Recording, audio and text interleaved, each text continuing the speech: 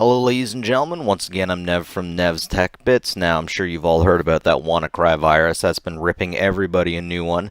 Well, the people who originally leaked one of the most vital parts of the WannaCry virus has said that they're releasing more tools shortly.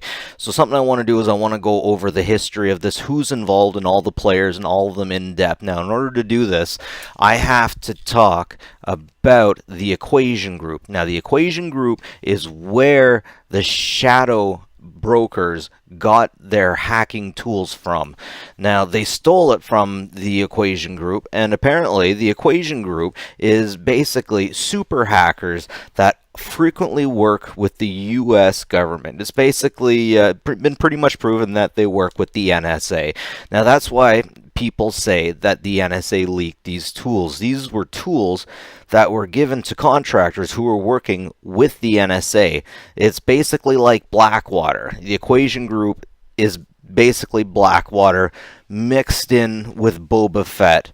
It's unfortunate, but that's just how it goes. This is a group of about 60 super hackers, once again, work with the U.S. government. They themselves are responsible for at least 500 malware infections in the world, and it's expected that they're actually responsible for tens of thousands of infections. It's just nobody really knows about it. Nobody can prove it because they have a way of making their programs self-terminate. Now, these guys do some really crazy things. They managed to find a way to change the hardware on the inside of a hard drive. No, sorry, not the hardware, but the software called firmware that tells the hard drive how to use the hardware attached to it.